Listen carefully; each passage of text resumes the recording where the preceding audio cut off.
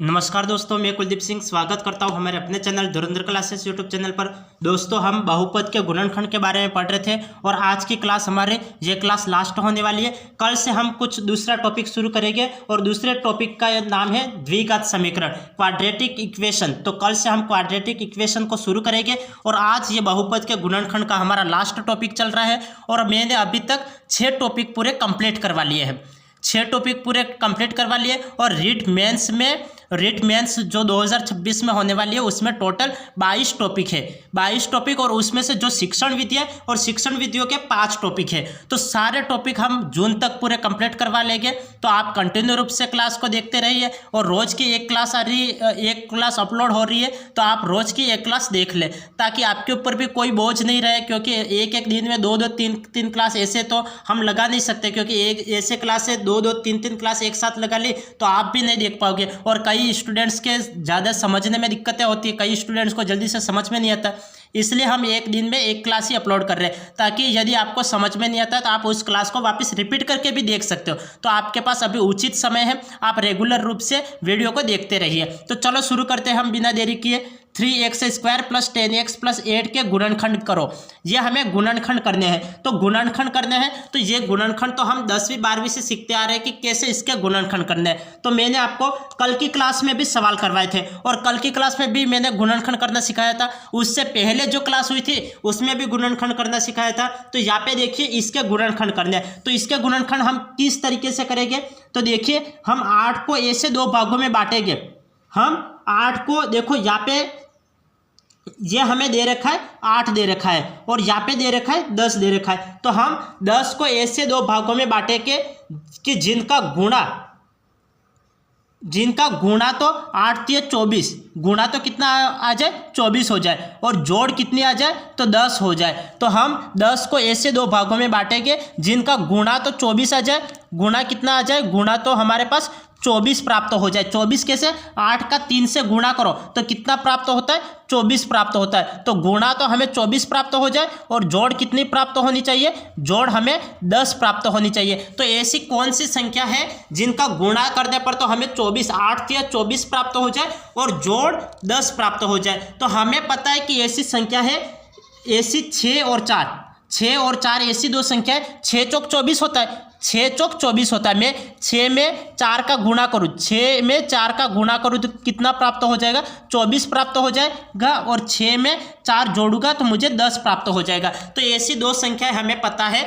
ये प्रैक्टिस करोगे तब आपको पता चलेगा कि ये संख्या कैसे आएगी। तो यहाँ पे हमें ये पता चला कि 24 ऐसी कौन सी 2 संख्या है कि जिनका गुणा करने पर 24 प्राप्त होता है। तो हमने ये अनुमान लगाया कि 6 और 4 का गुणा करते हैं तो 24 प्राप्त होता है और 6 और 4 जोड़ते हैं तो 10 प्राप्त होता है। तो यहाँ पे रखो या फिर आप ऐसे भी कर सकते हो कि इसको और 2 भागों में कैसे बांट सकते हैं। इसको 6 को तो हम 2 भागों में बांट सकते, 2×3, और 4 को मैं 2×2 लिख सकता हूँ। तो यहाँ पे 2 तो ये क्या है कि ये तो जोड़े बनेंगे और 3 और 2 बचेगा। तो हमारा गुणनखंड कितना प्राप्त हो जाएगा, गुणनखंड तो एक में तो 2 होगा और एक में 3 होगा। तो एक में 2 और एक में 3, शायद सी ऑप्शन नहीं, सी या बी, इन दोनों में से कोई ऑप्शन राइट हो सकता है। चलो हम करके देख लेते हैं। यहाँ पे 3x² तो का 3x² लिख लिया, प्लस यहाँ पे 6 है तो 6x, प्लस 4 है तो 4x और प्लस का 8। 2 के जोड़े बना लो, 2 के जोड़े बना लिया। यहाँ पे कितना कॉमन आ रहा है, 3 कॉमन आ रहा है, x भी कॉमन आ रहा है तो 3x कॉमन ले लिया। यहाँ पे x बचेगा, प्लस 3×2 = 6, 2 बचेगा। यहाँ पे 4 कॉमन ले लो तो यहाँ पे 4 कॉमन ले लिया तो कितना बचेगा, 4 कॉमन ले लिया तो यहाँ पे x बचेगा, प्लस 4×2 = 8, 2 बचेगा।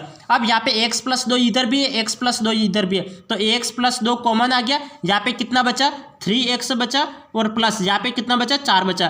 तो ये मुझे कहाँ दिख रहा है, x + 2 और 3x + 4 मुझे कहाँ दिख रहा है, बी ऑप्शन में दिख रहा है। तो बी ऑप्शन हमारा राइट आंसर होगा, बी ऑप्शन हमारा राइट आंसर होगा। तो कैसे, क्या समझ में आ गया कि आपको एग्जाम में किसी भी टाइप से आपको गुणनखंड करने के लिए दे दिया जाता है सवाल, तो आपको सवाल कोई भी गलत नहीं करना है और कोई भी सवाल मिस नहीं करना है, क्योंकि आपको प्लस माइनस का पूरा ध्यान रखना है और प्लस माइनस के कैसे चिन्ह होते हैं और क्या करना पड़ता है वो सब कुछ मैं पिछली क्लासों में बता चुका। तो आप कंटिन्यू रूप से क्लास को देखते हो तो आपको कोई किसी प्रकार की कोई दिक्कत ही नहीं आएगी। तो आप कंटिन्यू रूप से क्लासों को देखा करें।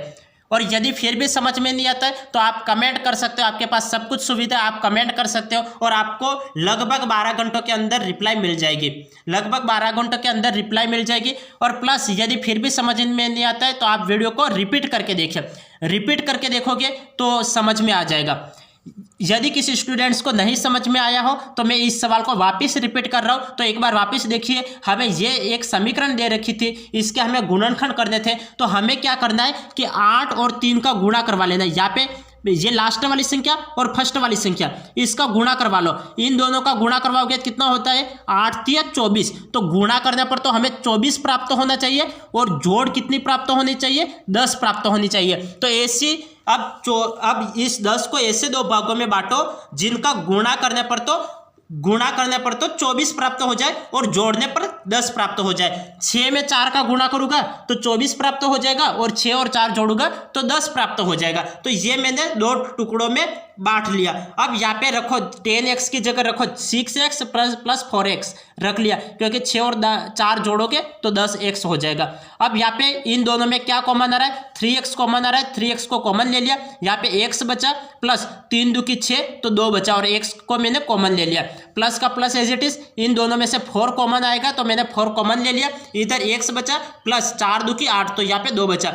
x प्लस 2 इधर भी है, x प्लस 2 इधर भी है, तो x प्लस 2 कॉमन आउट हो जाएगा। तो x प्लस 2 को मैंने कॉमन ले लिया, इधर 3x बचा और इधर 4 बचा। तो यहाँ पे ये इस समीकरण के कौन से फैक्टर हो गए, तो x प्लस 2 और 3x प्लस 4 ये फैक्टर हो गए। तो ये मुझे किस ऑप्शन में दिख रहे, तो ये मुझे बी ऑप्शन में दिख रहे, तो बी ऑप्शन इसका राइट आंसर हो जाएगा। बिल्कुल आसान, बिल्कुल धीरे धीरे हम पढ़ रहे हैं, कोई जल्दबाजी नहीं कर रहे हैं, हमारे पास समय बचा हुआ है और हम उचित समय रहते हुए हम पूरा सिलेबस करवा लेंगे और प्लस पूरा रिवीजन भी करवा लेंगे। तो आप थोड़ा धैर्य बनाए रखें और कंटिन्यू रूप से क्लासों को देखें।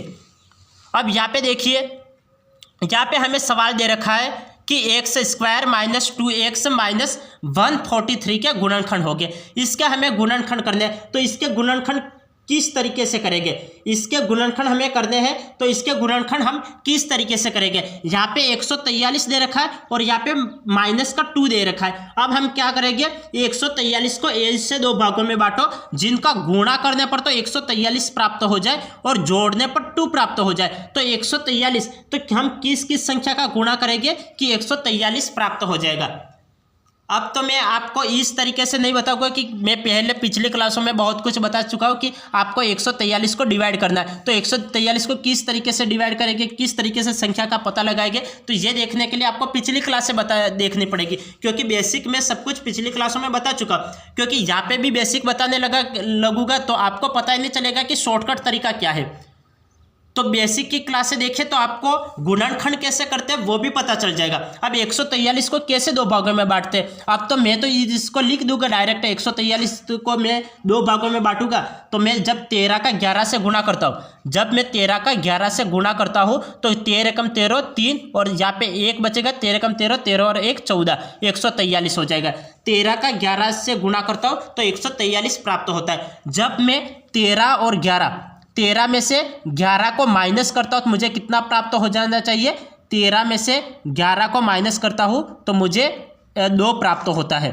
अब यहाँ पे देखो, यहाँ पे माइनस का चिन्ह है, तो माइनस का चिन्ह है तो माइनस हमें लाना है। तो गुणे में माइनस कब होता है, या तो प्लस माइनस हमेशा माइनस होता है और या माइनस प्लस हमेशा माइनस होता है। तो इन दोनों में से कोई एक संख्या हो जानी चाहिए। अब यहाँ पे कौन सी संख्या है, माइनस की संख्या है, तो बड़ी संख्या माइनस की होनी चाहिए। तो ये माइनस का होगा और ये प्लस का, तो प्लस माइनस हमेशा माइनस होते हैं और 13 में से 11 गए तो 2 बचेगा और बड़ी संख्या का चिन्ह -2, तो यहाँ पे -2 आ रहा है। और ये सब कुछ देखने के लिए आपको कंटिन्यू रूप से क्लास को देखना पड़ेगा कि यहाँ पे मैंने 13 कैसे लिख लिया, यहाँ पे 11 कैसे लिख लिया। हम दूसरी संख्या भी तो लिख सकते, आपके मन में कोई भी सवाल खड़े हो सकते कि 143 लाने के लिए हम दूसरी संख्या भी तो ले सकते। यही ज़रूरी थोड़ी कि हमें 13 और 11 ही लिख सकते, हम कोई दूसरी संख्या भी लिख सकते कि उसका गुणा 143 आ जाए, तो हम दूसरी संख्या भी नहीं लिख सकते क्या। तो ये सभी कंफ्यूजन दूर करने के लिए आपको कंटिन्यू रूप से क्लास देखना पड़ेगा। और कंटिन्यू रूप से यदि इसका कंफ्यूजन आपको दूर करना है तो आप जो बेसिक की क्लास, जब हम टॉपिक को शुरू करते हैं तो 1-2 क्लास हमारी बेसिक की क्लास होती है, तो आप बेसिक की क्लास देखोगे तब आपको पता चलेगा कि ये गुणनखंड कैसे करते हैं और हमें ये 13 और 11 ही क्यों लेना है। हम दूसरी संख्या भी तो ले सकते हैं, ये ज़रूरी थोड़ी हम यही संख्या ले। तो ये देखने के लिए आपको पिछली क्लासें देखनी पड़ेगी, ये कन्फ्यूज़न दूर करने के लिए, क्योंकि यहाँ पे मैं सब कुछ नहीं बताऊंगा कि इसके 143 है तो 143 लिखो, इसके 2 फैक्टर करो, 2 फैक्टर करके फिर हमें जोड़ -2 लानी है। तो यहाँ पे गुणा किस में आ रहा है, प्लस माइनस, तो एक संख्या प्लस की होनी चाहिए, दूसरी संख्या माइनस की होनी चाहिए। अब बड़ी संख्या का चिन्ह माइनस का थी, ये संख्या बड़ी होनी चाहिए। अब यहाँ पे 143 को 2 भागों में बांटो, तो फिर यहाँ पे अब मैं यहाँ पे इस तरह से कैसे फैक्टर नहीं करूँगा, क्योंकि ये मैं करने बैठूंगा तो इसमें ही हमारा 10 मिनट इन्वेस्ट हो जाएगा। तो क्या मतलब हुआ, यहाँ पे मेरा 10 मिनट लग जाएगा तो बेसिक क्लास बताने में और ये MCQ क्वेश्चन करवाने में मेरा कोई मतलब नहीं रहेगा। तो इसलिए मैं बोल रहा हूँ कि आप बेसिक की क्लास देखिए। बेसिक की क्लास आपने जब तक नहीं देखी तब तक ये पता नहीं चलेगा कि यहाँ पे 13 कैसे आए और 11 कैसे आए। दूसरी संख्या भी तो ले सकते हो, और ये कन्फ्यूजन देखने के लिए आप पिछली क्लासों को देखें। अब यहाँ पे हमें पता चल गया माइनस का 13 और प्लस का 11, तो x - 13 और x + 13, ये का x + 11 कहाँ है, x - 13 और x + 11, ये मुझे सी ऑप्शन में दिख रहा है, तो सी ऑप्शन इसका राइट होगा। तो इस तरीके से आपको पूरा सोल्व नहीं करके आप डायरेक्ट इसके फैक्टर करो और फैक्टर करके आगे x लगा लो, और यही आपका आंसर है, यही आपका आंसर है। बाकी कुछ नहीं करना है, क्योंकि पूरा सोल्व करके भी आपको नहीं देखना है।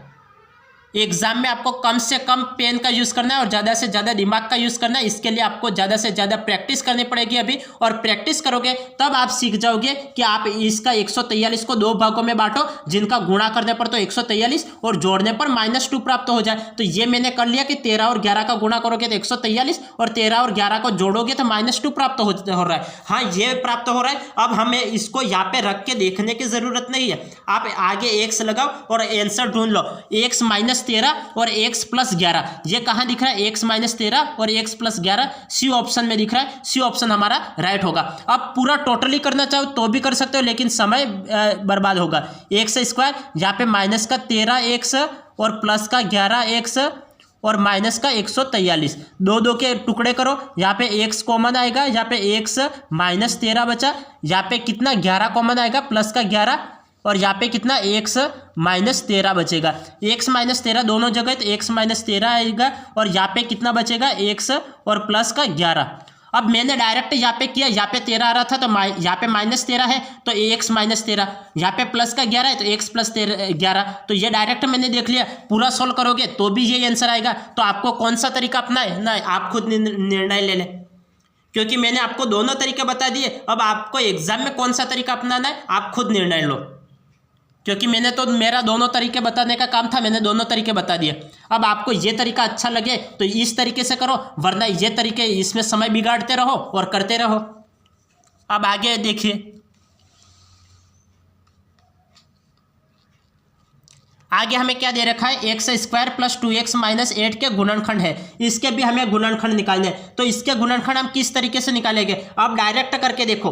अब आप इसको डायरेक्ट करके देखो, आप इसको डायरेक्ट करके देखो, आपको पूरा करके नहीं देखना है। 8 को ऐसे 2 भागों में बांटो जिनका गुणा करने पर तो 8 प्राप्त हो जाए और जोड़ने पर 2 प्राप्त हो जाए। ऐसी कौन सी संख्या है, मैं जब 4 में 2 का गुणा करूंगा तो मुझे 4 × 2 = 8 प्राप्त हो जाएगा। 4 और 2 मैं जोड़ूंगा तो कितना प्राप्त हो जाएगा, 4 और 2 जोड़ूंगा तो मुझे 2 लाना है, तो यहाँ पे 2 प्राप्त हो जाना चाहिए। तो यहाँ पे माइनस आ रहा है, तो माइनस गुणे में माइनस कब होता है, जब हम प्लस का माइनस से गुणा करते हैं तब माइनस होता है, और माइनस का प्लस से गुणा करते हैं तो माइनस होता है। अब या तो एक संख्या प्लस की होनी चाहिए और दूसरी संख्या माइनस की होनी चाहिए। अब यहाँ पे कौन सी संख्या आ रही है, यहाँ पे प्लस आ रहा है, तो बड़ी संख्या कौन सी होनी चाहिए, प्लस की होनी चाहिए। तो ये प्लस का 4 होगा और ये माइनस का 2 होगा। जब मैं इसको जोड़ूंगा, प्लस का 4 और माइनस का 2 ये जोड़ूंगा तो ये मुझे कितना प्राप्त हो जाएगा, प्लस का 2 प्राप्त हो जाएगा। तो x + 4 और x - 2 ये मुझे किस ऑप्शन में दिख रहा है, x + 4 और x - 2 ये मुझे ए ऑप्शन में दिख रहा है। तो 15 का ए इसका राइट आंसर है, 15 का ए इसका राइट आंसर है। तो समझ में आ गया किस तरीके से करता है, बिल्कुल शॉर्टकट तरीका है। और ऐसा आपको किसी कोचिंग सेंटर में इस तरीके से 2 तरीके से नहीं बताया जाएगा, और अक्सर टीचर बताते भी नहीं है, क्योंकि हर कोई टीचर अपने पास जो नॉलेज होता है इसका 60% देता है, 100% कोई नहीं देता है। 100% कोई भी नॉलेज नहीं देता, 60% कोचिंग वाले नॉलेज देते। और मैं यहाँ पे आपको दो तरीके से सवाल को करवा रहा हूँ, आपको जो उचित लगे उस तरीके से करिए। यदि आपको ये पूरा सोल्व करके देखना है तो पूरा सोल्व करके देखो, यहाँ पे एक्स स्क्वायर का एक्स स्क्वायर, यहाँ पे प्लस का 4x और यहाँ पे माइनस का 2x और यहाँ पे माइनस का 8, दो के जोड़े बना लो। यहाँ पे x कॉमन आ जाएगा, x प्लस 4 यहाँ पे रहेगा, माइनस 2 कॉमन आ जाएगा, यहाँ पे x प्लस 4 बचेगा। x प्लस 4 दोनों में है तो x प्लस 4 कॉमन आउट हो गया, यहाँ पे x बचेगा, यहाँ पे माइनस 2 बचेगा। यहाँ पे इस तरीके से करोगे तो भी आपका आंसर आएगा और डायरेक्ट करोगे तो भी आपका आंसर आएगा। दोनों तरीके से बता रहा हूँ, आपको जो उचित लगे उस तरीके को अपनाइए। पहले मैंने कैसे किया कि 8 को ऐसे दो भागों में बांटो जिनका गुणा करने पर 8 प्राप्त हो जाए और जोड़ने पर 2 प्राप्त हो जाए। मैं 4 में 2 का गुणा करूंगा तो 8 प्राप्त हो जाएगा और 4 में 2 को जोड़ूंगा तो 2 प्राप्त हो जाएगा। लेकिन यहाँ पे संख्या, यहाँ पे गुणे में संख्या कौन सी है? माइनस की है। तो हम क्या जानते हैं, प्लस माइनस हमेशा माइनस होता है और माइनस प्लस हमेशा माइनस होता है। अब यहाँ पे देखो ये संख्या प्लस की है तो बड़ी संख्या प्लस की होनी चाहिए, तो एक संख्या बड़ी संख्या ये प्लस की और छोटी संख्या माइनस की, तो यहाँ पे प्लस का 4 और माइनस का 2। तो आप अब सीधे ऑप्शन ही देखो लो, x प्लस 4 और x माइनस 2 कहाँ दिख रहा है? तो x प्लस 4 और x माइनस 2 मुझे ए ऑप्शन में दिख रहा है, तो ए ऑप्शन इसका राइट है। तो इस तरीके से पहला तरीका ये। दूसरा तरीका, आप जो फैक्टर कर रहे हो इसको उनके यहाँ पे लिख लो। तो यहाँ पे मैंने प्लस का 4x लिखा, माइनस का 2x लिखा, फिर कॉमन निकाला और कॉमन निकाल के फिर लास्ट में इसका आंसर आ जाएगा। तो आपको जो तरीका उचित लगे उस तरीके से करिए। मैंने आपको दोनों तरीके बता दिए, ठीक है। जो तरीका आपको उचित लगो और वो तरीका करिए। आप गुणनखंड के साइन कैसे लगाओगे तो ये मैंने शॉर्ट्स वीडियो में भी बता चुका हूँ और पिछली जो बेसिक क्लासें हो चुकी है उसमें भी बता चुका हूँ। ये फैक्टर कैसे करेंगे, ये गुणनखंड, ये 4 × 2, कोई दूसरी संख्या भी हो ले सकते हो, लेकिन दूसरी संख्या भी ले सकते हो, लेकिन आपको ये संख्या क्यों लेनी है तो ये भी मैं पिछली क्लासों में बता चुका हूँ। तो आप बेसिक की क्लास से जरूर देखें, क्योंकि बेसिक की क्लास मिस कर जाओगे तो आप समझ लीजिए कि आपने जो आप MCQ क्वेश्चन करते हो उसमें से 60% आपने जो नॉलेज होता है वो आपने गायब कर लिया है। ये समझ लीजिए, क्योंकि 60% नॉलेज तो आपको बेसिक की क्लास से मिलता है और ये MCQ तो वो तो 40% है, बाकी सब कुछ तो बेसिक की क्लास में बता दिया जाता है। अब आगे देखिए, आगे हमें यह सवाल दे रखा है कि x प्लस 2 और 2x माइनस 3 निम्नलिखित व्यंजक के गुणनखंड है। ये किसके गुणनखंड है ये हमें देखना है। तो ये किसके गुणनखंड है ये देखने के लिए हम क्या करेंगे कि ये देखने के लिए मैंने आपको क्या बताया कि डायरेक्ट मल्टीप्लाई करवा लो। इसका मल्टीप्लाई करवाओगे तो ये 2x² आ जाएगा, इसका इससे मल्टीप्लाई करवाओ तो 3x आ जाएगा और इसका इससे मल्टीप्लाई करवाओ तो प्लस का 4x और इसका इससे मल्टीप्लाई करवाओ तो माइनस का 3 × 2 = 6। अब ये जोड़ो 2x² प्लस माइनस माइनस और बड़ी संख्या का चिन्ह प्लस, 4 में से 3 गए तो x और माइनस का 6। ये मुझे किस ऑप्शन में दिख रहा है? ये मुझे किस ऑप्शन में दिख रहा है? 2x² प्लस का x माइनस का 6 डी ऑप्शन में दिख रहा है। तो डी ऑप्शन हमारा राइट होगा, डी ऑप्शन हमारा राइट होगा। ये आपको ये दे रखा है, x दे रखा है, तो x का गुणा इस पद के सारे एलिमेंट से करवाना है। यहाँ पे x का गुणा पहले 2x से करवाओ और x का गुणा -3 से करवाओ, फिर 2 का गुणा 2x से करवाओ और फिर 2 का गुणा 3 से करवाओ।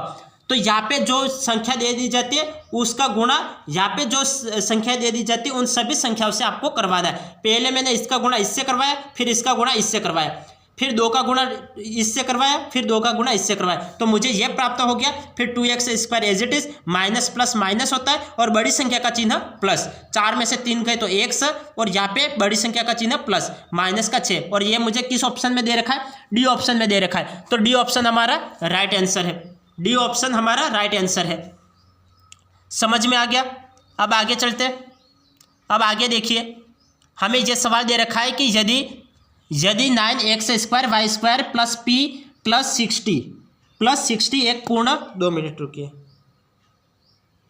चलो अब देखिए, यदि 9x² y² plus p plus 16 एक पूर्ण वर्ग संख्या हो तो p का मान है। हमें यहाँ पे p का मान निकालना है। तो p का मान निकालने के लिए हम क्या करेंगे? यहाँ पे p का मान निकालने के लिए आपको पूरी सर्वसमीका नहीं लिखनी है। आप जब सर्वसमीका लिखोगे और यहाँ पे वैल्यू पुट करोगे तब भी आपका आंसर मिलेगा और डायरेक्ट करोगे तब भी आपका आंसर नहीं मिलेगा। मैं इसको क्या लिख सकता हूँ? इसको मैं क्या लिख सकता हूँ? इसको मैं 3xy का होल स्क्वायर लिख सकता हूँ। इस संख्या को मैं क्या लिख सकता हूँ, 3xy का होल स्क्वायर लिख सकता हूँ, क्योंकि मैं इसका 3 का वर्ग करूंगा तो 9 प्राप्त हो जाएगा, x स्क्वायर वाई स्क्वायर। तो इस संख्या को मैं इस टाइप से लिख सकता हूँ। अब 16 को मैं क्या लिख सकता हूँ, 16 को मैं क्या लिख सकता हूँ, 16 को मैं क्या लिख सकता हूँ, 4 का वर्ग लिख सकता हूँ। तो 16 को मैं 4 का वर्ग लिख लेता हूँ। 4 का वर्ग क्या होता है, 16 होता है।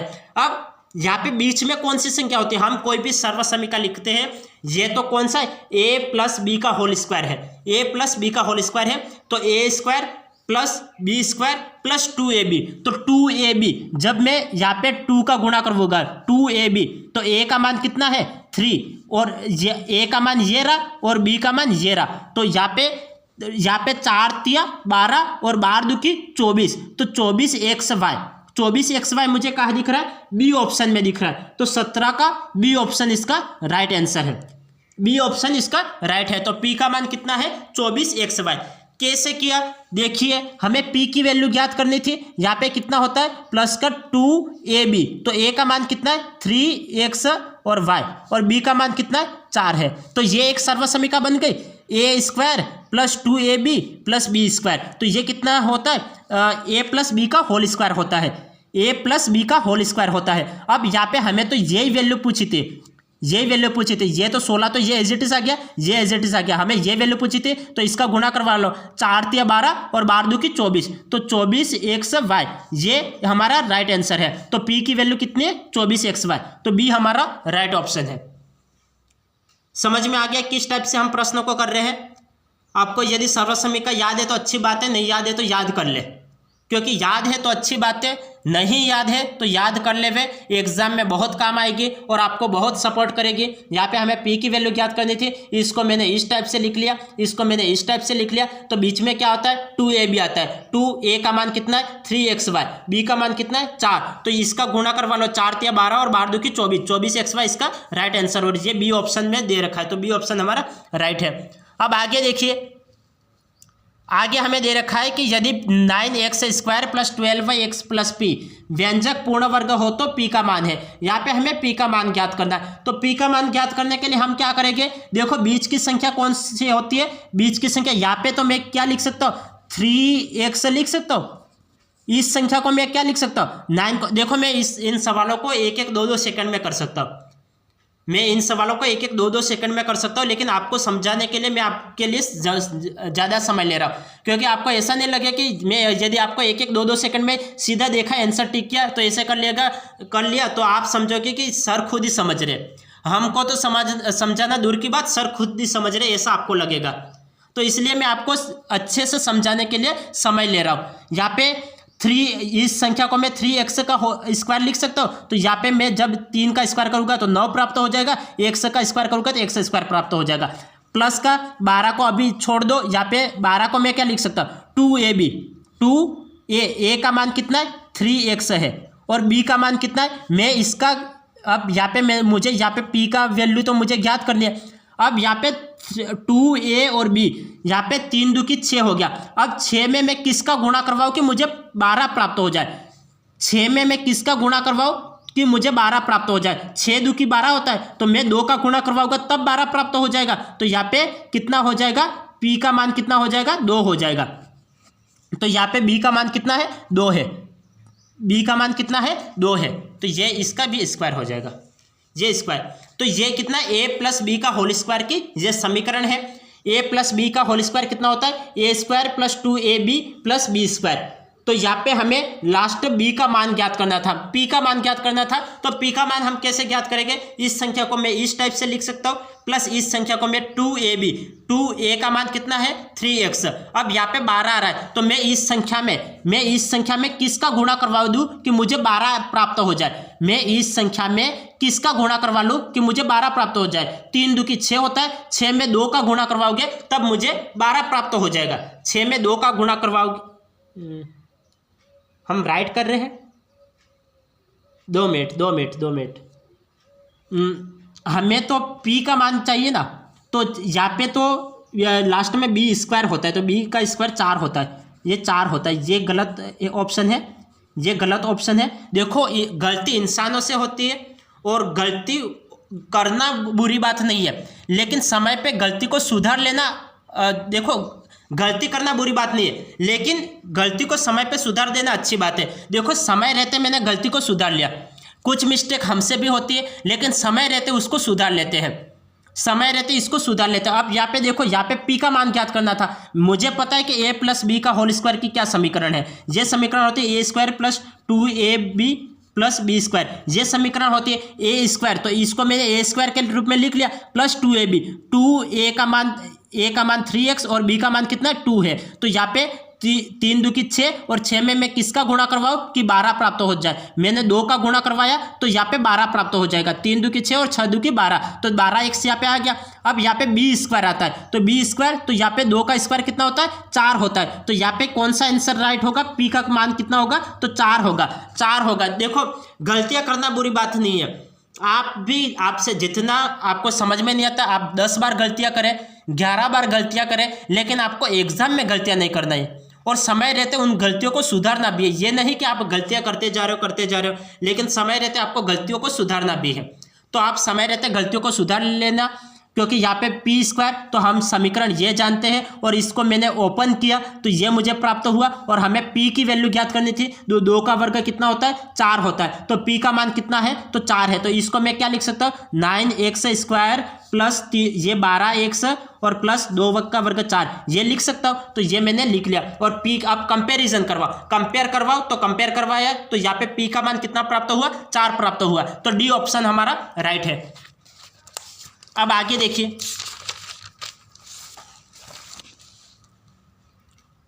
आगे हमें सवाल दे रखा है कि व्यंजक x cube plus Y cube का एक गुणनखंड है, इसका हमें गुणनखंड देखना है। तो मैंने इसका तो एक सूत्र बता रखा है, इसका मैंने डायरेक्ट सूत्र बता रखा है कि x cube plus Y cube का एक गुणनखंड है, हमें गुणनखंड देखना है। तो गुणनखंड का ये सूत्र क्या होता है x cube plus Y cube. X cube plus Y cube का मैंने सूत्र लिखवा रखा था कि एक्स प्लस वाई और एक्स स्क्वायर और प्लस वाई स्क्वायर माइनस का एक्स वाई, ये सूत्र मैंने लिखवा रखे थे। ये सर्वसमीका मैंने पिछली क्लासों में लिखवा रखे, वो भी बहुपद की क्लास में। तो आप बहुपदी की क्लासों को पूरा देख लें तो आपको समझ में आ जाएगा। इसमें एक गुणनखंड है, तो एक्स प्लस वाई मुझे कहीं दिख रहा है क्या, ये कहीं नहीं दिख रहा है। ये कहीं दिख रहा है क्या, x square plus Y square minus का एक्स वाई, ये सी ऑप्शन में दिख रहा है। तो 19 का सी ऑप्शन इसका राइट है, सी ऑप्शन इसका राइट है। हमें ये दे रखा था x cube plus Y cube. अब यहाँ पे हमें कोई सवाल नहीं दे रखा है, सीधा सर्वसमीका ही पूछ लिया। तो सर्वसमीका X cube plus Y cube कितना होता है x plus Y, X square plus Y square minus X Y होता है। ये तो मुझे कहीं नहीं दिख रहा है, ये मुझे सी ऑप्शन में दिख रहा है। तो सी ऑप्शन इसका राइट आंसर है, सी ऑप्शन इसका राइट आंसर है। तो सर्वसमीका आप याद कर लोगे तो ऐसे सवालों में दिक्कतें नहीं आएगी। तो आपको सर्वसमीका याद करना, वरना आप इसका प्रसार करते ही रह जाओगे एग्जाम में। सर्वसमीका याद नहीं है तो इसका प्रसार करते रह जाओगे, और इसका प्रसार आपको डायरेक्ट याद होना चाहिए। इसका प्रसार ये होता है, तो ये कहाँ दिख रहा है तो सी ऑप्शन में दिख रहा है, सी ऑप्शन राइट है। अब आगे देखिए, आगे हमें दे रखा है एक व्यंजक वाई क्यूब प्लस 64 का एक गुणनखंड है। ये किसका गुणनखंड है ये हमें देखना है। तो वाई क्यूब को वाई क्यूब लिख लिया, प्लस 64 को मैं किसका क्यूब लिख सकता हूँ, 64 को मैं 4 का क्यूब लिख सकता हूँ, क्योंकि 4 का क्यूब कितना होता है 64 होता है। तो मैं इसको 4 का क्यूब लिख सकता हूँ, तो मैंने 4 का क्यूब लिख लिया। अब मैं इसको a cube plus b cube या x cube plus Y cube के सूत्र से मैं इसको ओपन कर लेता हूं। तो इसको ओपन किया, यहाँ पे इसका क्या सूत्र रहेगा, मैंने अभी इसका सूत्र लिखा है कि x cube plus Y cube का ये सूत्र होता है, x cube plus Y cube का ये सूत्र होता है। और इस सूत्र से हमें इसको ओपन करना है। तो इसको ओपन करेंगे तो ये कितना हो जाएगा, आप इधर सूत्र देखो और इधर इसका प्रसार देखो। यहाँ पे एक्स की वैल्यू कितनी है वाई है, और वाई की वैल्यू कितनी है 4 है। तो एक्स प्लस वाई की जगह मैं वाई प्लस 4 लिख सकता हूँ। और यहाँ पे एक्स स्क्वायर, यहाँ पे वाई का स्क्वायर करोगे और प्लस 4 का स्क्वायर कितना होता है 4 का स्क्वायर 16 और माइनस का एक्स वाई 4 वाई, तो यहाँ पे कितना प्राप्त हो जाएगा 4 वाई। इसके गुणनखंड है। तो ये मुझे किस ऑप्शन में दिख रहा है 4 ना वाई प्लस 4 और वाई स्क्वायर प्लस का 16 और माइनस का 4 वाई, ये मुझे किस ऑप्शन में दिख रहा है, ये मुझे किस ऑप्शन में दिख रहा है ये देखिए। तो ये देखिए, अब यहाँ पे देखो कि y प्लस 4 ये मुझे दिख रहा है डी ऑप्शन में। तो डी ऑप्शन इसका राइट होगा। ये तो मुझे किसी ऑप्शन में नहीं दिख रहा है, ये तो मुझे किसी ऑप्शन में नहीं दिख रहा है। ये किसी ऑप्शन में दिख रहा है क्या, मुझे एक गुणनखंड पूछा हुआ है, हमें हमने कैसे किया, देखो आपको सूत्र याद नहीं है तो सूत्र याद कर लेना कि x cube plus Y cube का सूत्र होता है एक्स प्लस वाई और x square plus Y square minus का एक्स वाई, ये सूत्र होता है। तो इस सूत्र से मैंने इसको ओपन किया तो ये एक्स का मान कितना है, वाई है, और वाई का मान 4 है। तो यहाँ पे एक्स की जगह 4 रखा और वाई की जगह 4 रखा, एक्स की जगह वाई रखा और वाई की जगह 4 रखा। वाई की जगह आपको वाई की जगह वाई का मान यहाँ पे एक्स की जगह वाई रखा और वाई की जगह 4 रखा, तो 4 का वर्ग कितना 16 हो गया, माइनस एक्स की जगह तो आपको y रखना है और y की जगह 4 रखना है, तो यहाँ पे 4y आ गया। अब ये एक गुणनखंड पूछा था तो ये तो मुझे किसी ऑप्शन में नहीं दिख रहा है, लेकिन y+4 मुझे डी ऑप्शन में दिख रहा है, तो डी ऑप्शन इसका राइट आंसर है। डी ऑप्शन हमारा राइट आंसर है। तो समझ में आ गया किस तरीके से करेंगे। तो आपको ये इस तरीके से सर्वसमिका याद होनी चाहिए, और सर्वसमिका मैं पिछली क्लासों में बता चुका हूँ, तो आप पिछली क्लासें सारी देख लें तो आपको सब सर्वसमिका याद हो जाएगी और ऐसे सवालों को आसानी से सवाल करना सीख भी जाओगे। तो ये इसको 64 को मैंने 4 का क्यूब लिखा और इसका प्रसार करूँगा, ये प्राप्त हो जाएगा, और ये मुझे डी ऑप्शन में दे रखा है। अब आगे देखिए, आगे हमें ये दे रखा है कि यदि x - 5 बहुपद x³ - 3x square plus ax - 10 का एक गुणनखंड है तो a का मान क्या है। तो a का मान हमें ज्ञात करना है। तो a का मान ज्ञात करने के लिए हम क्या करेंगे, x की वैल्यू यहाँ पे पुट कर लो। तो x की वैल्यू में यहाँ पे पुट करूँगा, x की वैल्यू कितनी प्राप्त हो जाएगी, 5 प्राप्त हो जाएगी। x - 5 = 0, तो x की वैल्यू 5 प्राप्त हो जाएगी। तो यहाँ पे 5 रखा तो 5 का क्यूब कितना होता है, 125 होता है। माइनस का माइनस, यहाँ पे 5 का वर्ग 25 और 25 का 3 से गुणा 25 दिया 75, और यहाँ पे 5 रखा तो यहाँ पे कितना हो जाएगा, 5a प्राप्त हो जाएगा, और माइनस का 10। अब यहाँ पे देखो, यहाँ पे ये कितना प्राप्त हो जाएगा, 125 देखो ये 125 में से 75 गए तो ये कितना प्राप्त होगा, 50, और 50 में से 10 गए तो कितना प्राप्त होगा, 40, और यहाँ पे प्लस का 40 उधर जाएगा तो कितना प्राप्त हो जाएगा, माइनस का 40, और इधर कितना 5a, और 5 से ये काटूंगा तो कितना प्राप्त हो जाएगा, 5 ऑटो 40, तो यहाँ पे माइनस का 40, तो माइनस का 8, तो a की वैल्यू कितनी प्राप्त हो जाएगी, माइनस का 8, और माइनस का 8 किस ऑप्शन में दिख रहा है, बी ऑप्शन में दिख रहा है। तो बी ऑप्शन हमारा राइट आंसर है। समझ में आ गया किस तरीके से सवाल कर रहे हैं। x की वैल्यू यहाँ से निकालनी है तो x की वैल्यू आपको समीकरण में पुट करनी है। यहाँ पे 5 का क्यूब करोगे 125, 5 का स्क्वायर 25, और 25 का 3 से गुणा 75। यहाँ पे 5 रखा तो 5a और माइनस का 10। 125 में से 75 गए, 50 बचे, 50 में से 10 कैंसल आउट करो तो कितना बचेगा, 40 बचेगा। तो इधर 40 तो 5a + 40, तो उधर जाएगा तो माइनस का 40 हो जाएगा, तो माइनस का 40 एज इट इज लिख लिया। देखो मैं बीच में स्टेप को गायब करता हुआ चल रहा हूँ, और आपको एग्जाम में ठीक इसी तरीके से सवाल करने, स्टेप को गायब करना है। पूरी स्टेप लिखोगे तो बर्बाद हो जाओगे, पूरी स्टेप लिखोगे तो बर्बाद हो जाओगे, और आपको पूरी स्टेप नहीं लिखना है और बर्बाद नहीं होना है। 5 से ये कैंसिल आउट करूंगा तो 5 × 8 = 40 होता है, और माइनस का minus as it is, a की वैल्यू कितनी, -8 प्राप्त हो जाएगी। अब आगे देखिए, आगे हमें सवाल दे रखा है कि x³ x² - 3x + 2 का एक गुणनखंड है, इसका हमें गुणनखंड करना है। तो गुणनखंड करने तो हम किस तरीके से करेंगे, तो -3, यहाँ पे 3 को a से 2 भागों में बांटो, 3 को a से 2 भागों में बांटो। अब देखो हम 3 को a से 2 भागों में बांट रहे हैं, जिनका गुणा तो कितना प्राप्त हो रहा है, गुणा तो हमें कितना प्राप्त हो रहा है, 2 प्राप्त हो रहा है, और जोड़ कितनी प्राप्त हो जाएगी, जोड़ -3 प्राप्त हो जाएगी, जोड़ -3 प्राप्त हो जाएगी। नहीं दिख रहा होगा, देखो गुणा तो 2 प्राप्त हो रहा है और जोड़ -3 प्राप्त हो जाएगी। हमें गुणा किस में प्राप्त हो रहा है, प्लस में प्राप्त हो रहा है, और मैंने क्या बताया था, प्लस हमेशा प्लस होता है और माइनस हमेशा प्लस होता है, प्लस हमेशा प्लस होता है और माइनस हमेशा प्लस होता है। तो यहाँ पे देखिए, यहाँ पे हमें गुणा किस में, प्लस में दे रखा है, तो यहाँ पे जोड़ किस में आ रही है, माइनस में आ रही है, तो दोनों जगह माइनस हो जाएगा, अब यहाँ पे मैं लिखता हूँ कि अब यहाँ पे 2 लिखता हूँ और यहाँ पे 1 लिखता हूँ।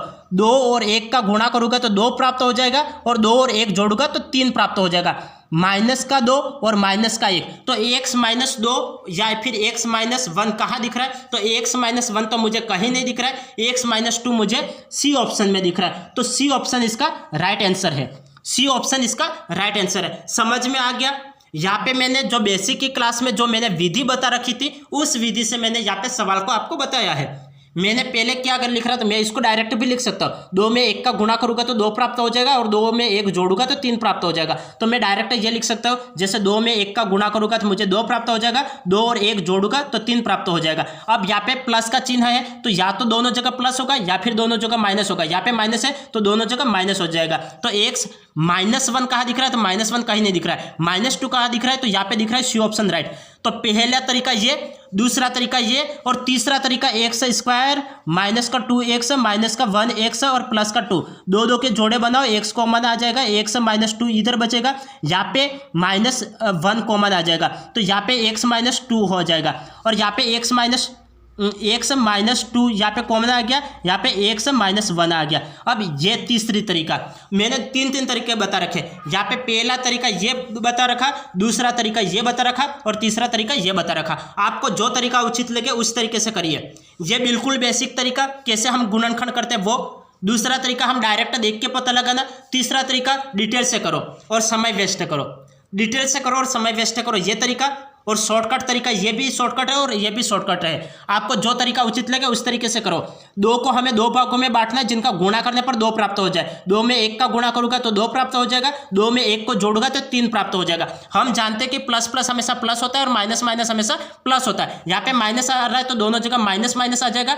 बड़ी संख्या का चिन्ह माइनस है तो माइनस आ गया। अब -2 कहाँ दिख रहा है और -1 कहाँ दिख रहा है, -1 तो कहीं नहीं दिख रहा है, -2 यहाँ पे दिख रहा है। तो सी ऑप्शन हमारा राइट आंसर है। अब आगे देखिए, आगे हमें दे रखा है कि 2y³ + y² - 2y - 1 का एक गुणनखंड है। इसके हमें गुणनखंड करने हैं। तो इसके गुणनखंड करने के लिए हम क्या करेंगे, हम इसके गुणनखंड करने के लिए क्या करेंगे ये देखिए। तो यहाँ पे ये देखो 2 के जोड़े बना लो, 2 के जोड़े बना लो, डायरेक्ट 2 के जोड़े बना लो। तो यहाँ पे क्या कॉमन आ रहा है, y² कॉमन आ रहा है, क्या बचेगा 2y बचेगा और प्लस यहाँ पे 1 बचेगा। यहाँ पे -1 कॉमन आ जाएगा, यहाँ पे क्या बचेगा 2y और प्लस का 1 बचेगा। 2y को 2 में 9 में कॉमन आ गया और यहाँ पे y² - 1। ये मुझे कहाँ दिख रहा है, एक गुणनखंड 2y + 1 का है, कहीं नहीं दिख रहा है। y² - 1 कहाँ दिख रहा है, y² - 1। तो y² - 1, तो ये ऑप्शन लिखने में थोड़ी गलती हो गई है। आप इस ऑप्शन को, जो डी ऑप्शन है उसको y² - 1 लिख लो, y² - 1 लिख लो। तो इसका ऑप्शन कौन सा, डी। आपको जो एग्जाम में आपको करेक्ट सवाल पूछे जाएंगे जहाँ पे कुछ गलती हो सकती है, क्योंकि जब मैं सवाल लिखता हूँ तब कुछ गलती हो सकती है, क्योंकि कई के करेक्ट आंसर जैसे ऑप्शन लिखता हूँ तो कई बार मिस हो जाता है। तो आप इन गलतियों को माफ़ करना और सवाल, आपको तो क्या सवाल सीखने हैं, सवाल को किस तरीके से करना है वो सवाल सीखने हैं। देखो गलतियां सबसे होती है और ऑप्शन लिखने में देखो कई सारे सवाल लिखने पड़ते हैं और इसको करेक्ट आंसर भी आपके सामने लेके आना पड़ता है। तो कई बार कुछ गलतियां हो सकती है, लेकिन समय पे गलतियां सुधार लेना वो बड़ी बात है।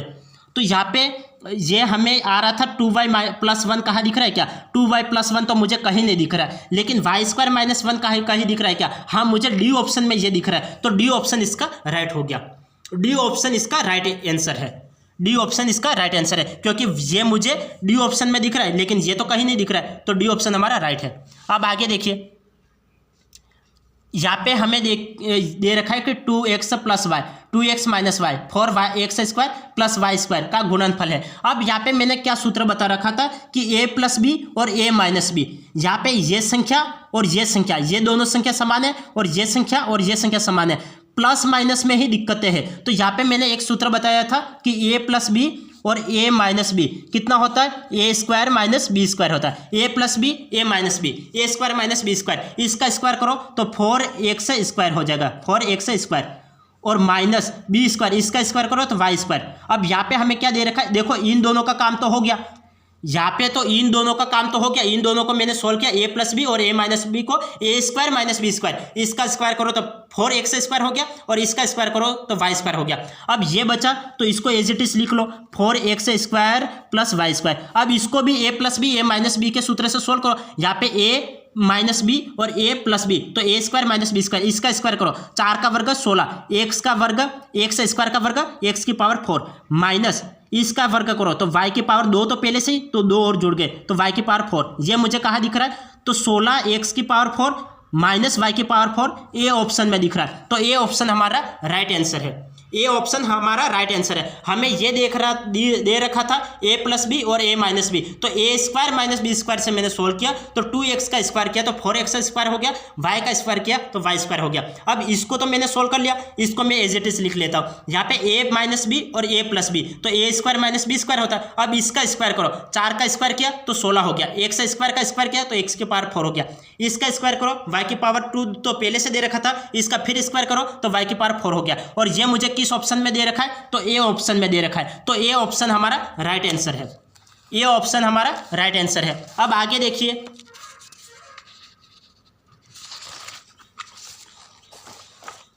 अब आगे देखिए, हमें यह सवाल दे रखा है कि x minus 1 x plus 1 x square minus 1 x की पावर 4 प्लस 1 का गुणनफल है। हमें इसका गुणनफल निकालना है। अब यहाँ पे देखो कि ये दोनों a plus b a minus b के सूत्र से सोल्व हो जाएंगे। a प्लस बी और a माइनस बी, यहाँ पे x है, यहाँ पे भी x है, यहाँ पे 1 है, यहाँ पे भी 1 है, यहाँ पे माइनस है, यहाँ पे प्लस है। तो a प्लस बी और a minus b, a square minus b square, इसका स्क्वायर करो तो ये कितना हो जाएगा? X square minus b square, इसका स्क्वायर करो 1 हो जाएगा। अब यहाँ पे x square a plus b और a माइनस बी, तो ये कितना हो गया? एक्स स्क्वायर माइनस 1 हो गया। अब यहाँ पे सवाल कुछ इस तरीके से आएगा कि यहाँ पे एक्स स्क्वायर माइनस 1 बन गया, तो यहाँ पे माइनस 1 नहीं बन के यहाँ पे एक्स स्क्वायर प्लस 1 होगा, यहाँ पे प्लस 1 होगा। तो अब इसको सोल्व करो तो एक्स स्क्वायर प्लस का 1 हो गया। यहाँ पे देखो सवाल इस तरीके से है, प्लस माइनस में थोड़ी गलती हो गई थी, सवाल लिखने में कुछ मिस हो गई। तो यहाँ पे देखिए हमें ये दे रखा था, तो इसको मैंने क्या लिखा कि a प्लस बी और a माइनस बी का सूत्र क्या होता है? a plus b, a minus b, a square minus b square, x का स्क्वायर के x square minus b square, इसका 1 हो गया। ये मैंने एज इट इज लिख लिया और इसको मैं एज इट इज लिख लेता हूँ, तो इसको मैंने एज इट इज लिख लिया। अब a प्लस बी और a minus b, a square minus b square, इसका स्क्वायर करोगे तो एक्स की पावर 4 हो जाएगा, माइनस इसका स्क्वायर करोगे तो 1 हो जाएगा। और ये मुझे कहाँ दिख रहा है? ये एज इट इज एक्स की power 4 plus 1 as it is लिख लिया। अब यहाँ पे a प्लस बी और a माइनस बी, तो a square minus b square के सूत्र से सोल्व करो, इसका स्क्वायर करोगे तो कितना हो जाएगा? एक्स का स्क्वायर करोगे तो इसका कितना हो जाएगा? इसका स्क्वायर, तो 4 दूनी 8 हो जाएगा और माइनस बी का स्क्वायर 1 हो जाएगा। और ये मुझे किस ऑप्शन में दिख रहा है? तो एक्स की पावर 8 माइनस 1 बी ऑप्शन में दिख रहा है, तो बी ऑप्शन हमारा राइट होगा। समझ में आ गया किस तरीके से हम सवाल को कर रहे हैं? हमें ये दे रखा था, तो यहाँ पे a प्लस बी और a माइनस बी, ये कितना होता है? A square minus b square. ये सूत्र याद रखना, इसको सोल्व करो तो a square minus b square, पहले इसका स्क्वायर माइनस बी का स्क्वायर, इसका स्क्वायर, तो ये आ गया और ये एज इट इज लिख लो। अब इसको इस सूत्र से सोल्व करो तो इसका स्क्वायर करो तो एक्स की पावर 4 माइनस इसका स्क्वायर 1 आ जाएगा। अब ये एज इट इज उतार लो। अब a प्लस बी और a minus b, a square minus b square, इसका स्क्वायर करो तो 4 दूनी 8 हो जाएगा और माइनस 1 हो जाएगा। और ये मुझे कहाँ दिख रहा है? बी ऑप्शन में दिख रहा है, तो बी ऑप्शन हमारा राइट आंसर है। अब हमें आगे देखो, आगे हमें सवाल दे रखा है कि x square plus 2x minus 15 के गुणनखंड है, इसके गुणनखंड निकालो। तो हमें 15 को ऐसे 2 भागों में बांटो जिनका गुणा करने पर तो 15 प्राप्त हो जाए और जोड़ने पर 2 प्राप्त हो जाए। हमें पता है कि 5 का 3 से गुणा करोगे 5 या 15 प्राप्त हो जाएगा, और 5 और 3 जोड़ोगे तो कितना प्राप्त हो जाएगा? 2 प्राप्त हो जाएगा। यहाँ पे माइनस है, तो मैंने आपको क्या बताया था? मैंने आपको बताया था कि प्लस माइनस हमेशा माइनस होते हैं और माइनस प्लस हमेशा माइनस होते हैं। बड़ी संख्या का चिन्ह प्लस, तो यहाँ पे प्लस आएगा और यहाँ पे माइनस आ जाएगा। x प्लस 5 और x माइनस 3 मुझे कहाँ दिख रहा है? x प्लस 5 और x माइनस 3 मुझे सी ऑप्शन में दिख रहा है, तो सी ऑप्शन हमारा राइट होगा। समझ में आ गया? बिल्कुल शॉर्टकट तरीका है। प्लस माइनस के चिन्ह तो ये मैं पिछली क्लासों में बता चुका हूँ, और ये कैसे गुणनखंड करते हैं वो भी बता चुका हूँ। आप कंटिन्यू क्लास को देखते रहिए। यहाँ पे 15 आ रहा है तो 5 3 15 होता है, तो 15 लिख लिया, 5 और 3 जोड़ोगे तो 2 प्राप्त हो जाएगा। चिन्ह कैसे आएगा? यहाँ पे माइनस है तो प्लस माइनस हमेशा माइनस होते हैं और माइनस प्लस हमेशा माइनस होते हैं। तो अब यहाँ पे देखो, यहाँ पे प्लस का चिन्ह है तो बड़ी संख्या का चिन्ह प्लस होना चाहिए, तो ये प्लस होना चाहिए और ये माइनस का। अब यहाँ पे x प्लस 5 कहाँ दिख रहा है और x माइनस 3 कहाँ दिख रहा है? तो ये मुझे सी ऑप्शन में दिख रहा है, तो सी ऑप्शन इसका राइट होगा। जब मैं इसको पूरा डिटेल से करोगे तो भी मुझे यही प्राप्त हो जाएगा। तो आपको पूरी डिटेल से नहीं करना है, आपको समय बचाना है और आपको एग्जाम में क्या करना है, ज़्यादा से ज़्यादा दिमाग का यूज़ करना है और कम से कम पेन का यूज़ करना है। और आप कंटिन्यू रूप से क्लासों को देखते रहिए। यदि आपने चैनल को सब्सक्राइब नहीं किया है तो चैनल को सब्सक्राइब कर ले। रोज़ की एक क्लास आती है, रोज़ की एक क्लास देखते रहिए। तो आज की क्लास को हम यही एंड करते हैं और फिर मिलते हैं नेक्स्ट क्लास में। तब तक के लिए आपका दिन शुभ रहे। धन्यवाद।